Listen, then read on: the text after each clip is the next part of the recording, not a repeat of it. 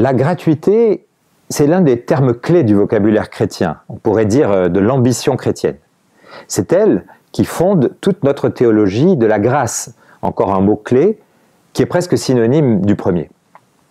Or, si nous autres chrétiens avons très volontiers à la bouche ce mot de gratuité, en fait nos conceptions de ce que ce terme recouvre exactement sont très discordantes. Qu'est-ce qui est vraiment gratuit? Une gratuité totale est-elle possible? Est-elle même souhaitable?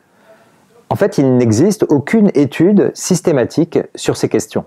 Or, notre mise en pratique d'une saine gratuité me semble cruciale dans un monde aujourd'hui marqué et menacé, entre autres, par l'envahissement de conduites de type stratégique, par une pente vers le tout commercial, par une dictature du calcul et du contrôle.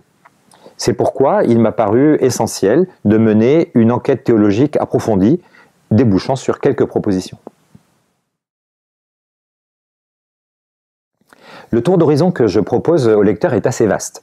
Je tente d'abord de préciser le sens de ce mot gratuité dans une approche, on va dire, plutôt philosophique.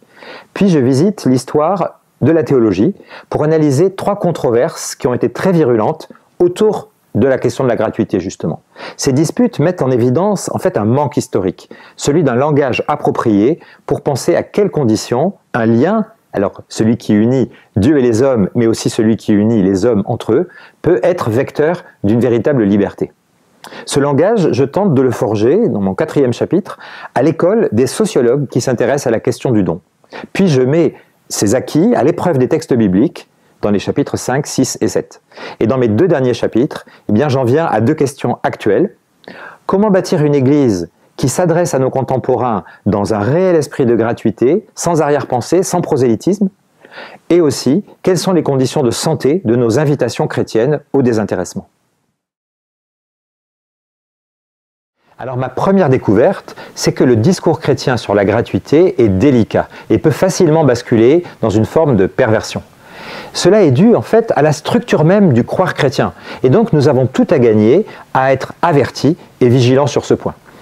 Il me semble en fait que le message chrétien tout entier reçoit un éclairage décisif et très libérateur quand on s'avise qu'on ne peut jamais séparer la question de la gratuité de son contexte qui est celui de la circulation des dons, une expression très chère au pape François.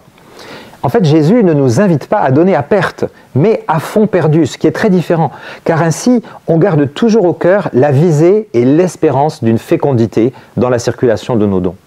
Et c'est seulement ainsi que nous pouvons faire le tri entre des attitudes vraiment porteuses de saine liberté, pour nous et pour les autres, et des discours pervertis qui rétrécissent le message chrétien et qui rétrécissent les baptisés eux-mêmes.